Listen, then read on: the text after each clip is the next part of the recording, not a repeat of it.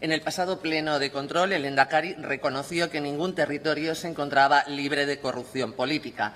En paralelo a lo anterior, el clientelismo político-empresarial, práctica muy extendida en el País Vasco, supone un caldo de cultivo para la mala praxis. Por ello, consideramos necesario que el conjunto de las administraciones vascas se doten de los medios necesarios con el objetivo de ser eficaces y erradicar toda práctica inadecuada de las instituciones públicas. Por ello, le formulamos la siguiente pregunta.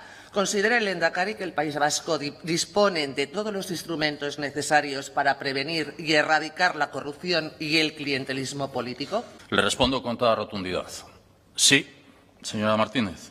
Euskadi, el conjunto de las administraciones públicas, dispone de los instrumentos democráticos necesarios para hacer frente a la corrupción en cualquiera de sus expresiones, para prevenirla antes de que se produzca, para investigarla y perseguirla mientras se está produciendo y, por último, para combatirla y castigarla si se ha consumado. Señor Lehendakari, al País Vasco le falta el principal instrumento para luchar contra la corrupción y el clientelismo político. Le falta voluntad política por parte de sus dirigentes. El caso de Miguel ha puesto negro sobre blanco que ustedes no dijeron toda la verdad. Aseguraron por tierra, mar y aire que no podían ni suspender ni despedir de sus funciones al señor de Miguel. Pero no dijeron toda la verdad porque ya conocían el informe jurídico que avalaba tal posibilidad, debido a que la condena inicial excedía de los 6 años. Señor Urkullu, un polígrafo cualquiera diría aquello de el Lehendakari ha mentido. No despidieron al señor de Miguel para comprar su silencio y que no tirara de la manta, no vaya a ser que ésta llegara a más dirigentes del PNV. Dicen ustedes que en el País Vasco existen mecanismos suficientes para hacer frente a la corrupción y el clientelismo.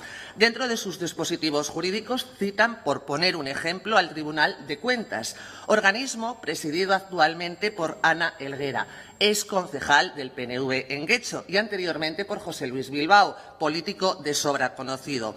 Quienes deben velar por el cumplimiento de la legalidad en materia de contratación pública son las diferentes mesas de contratación que en numerosas ocasiones se encuentran presididas por personas vinculadas al PNV. Todo ello aderezado por una plataforma de contratación que supone un auténtico galimatías para cualquier usuario. Señor Urkullu, ¿cómo van a ser objetivas y transparentes si están manejadas por el PNV? El clientelismo es el sello principal de identidad del PNV y lo vamos a ilustrar con 3 ejemplos. El primero se refiere a la consultora Pricewaterhouse. Desde el fichaje de Asier Arpucha ha recibido alrededor de 60 contratos de su gobierno por un importe que ronda los 4,5 millones de euros. Esto multiplíquelo por lo adjudicado por ayuntamientos y diputaciones gobernadas por su partido, entre ellos el Centro Internacional de Emprendimiento, por un importe de 20 millones de euros. El segundo, podemos hablar de la empresa Eroucicar, donde Alexander Arriola figura como director de desarrollo corporativo y que a su vez fue director general de la SPRI y, por supuesto, presidente de la Junta Municipal del PNV en Eibar. Recientemente, esta empresa ha recibido una adjudicación de 6,2 millones de euros.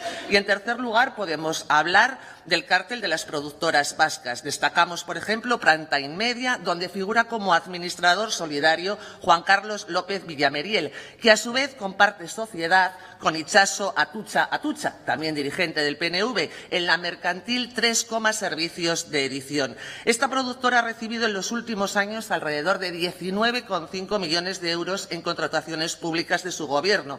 Como ve, señor Lehendakari, en cuanto tiramos del hilo de la contratación pública, acabamos en una empresa encabezada por el PNV, que digo yo que será casualidad. Estamos, por tanto, ante lo que podemos llamar el chollo nacionalista a través del clientelismo, que representa todo un modus operandi y que es la marca de la Casa Geltzale. Esta, sin duda, es uno de los principales problemas del País Vasco, señor Urkullu.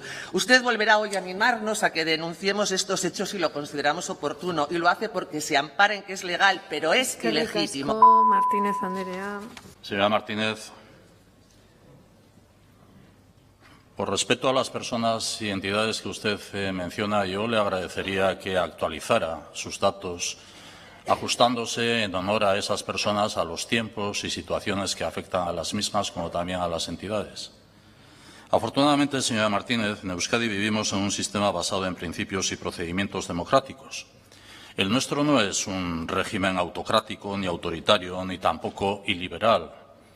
El voto, el principio de contradicción, los mecanismos de control y contrapeso entre diferentes poderes, el respeto a las minorías, la libertad de expresión o la transparencia son algunas de las bases que caracterizan nuestro funcionamiento democrático.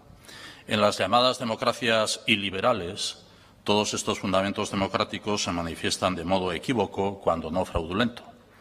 Señora Martínez, echando mano de la pura demagogia y sin un solo dato objetivo de lo que nos afecta al Gobierno, ni uno solo, en su intervención ataca y se defiende como puede. Esa es su principal divisa, atacar y hacerse la víctima al mismo tiempo.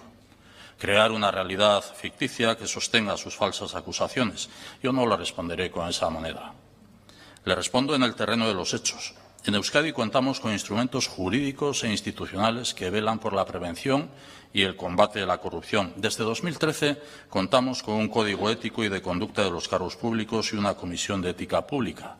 Esta comisión ha dictado numerosas resoluciones dando respuesta a dilemas éticos planteados por cargos públicos y ha respondido a las denuncias planteadas por terceras personas. El Gobierno vasco cuenta con la Oficina de Control Económico y la Administración local, con los funcionarios y funcionarias con habilitación de carácter estatal, señora Martínez. La actuación de la Ertzaintza, por ejemplo, y las policías locales en prevención, investigación y persecución del delito y su eficacia constituyen otro instrumento clave. Los órganos judiciales que integran la jurisdicción penal y el Ministerio Fiscal en Euskadi se suman a un sistema de garantías para la lucha frente a la corrupción. Disponemos, sí, a su vez, del Tribunal Vasco de Cuentas Públicas, no de un juez, sino del Tribunal Vasco de Cuentas Públicas y, en su caso, del Tribunal de Cuentas del Estado también. Todas las administraciones públicas vascas tienen instrumentos internos de fiscalización y control económico y presupuestario. La Agencia Vasca de Protección de Datos o el Servicio de Registro del Personal, con plena autonomía en la gestión de los expedientes sobre conflictos de intereses, son también un instrumento en la lucha contra la corrupción. Y contamos con el Ararteko, un alto comisionado de este Parlamento para la defensa de los derechos de las personas. En su caso, también el Defensor del Pueblo del Estado puede intervenir en las actuaciones de los poderes públicos de Euskadi.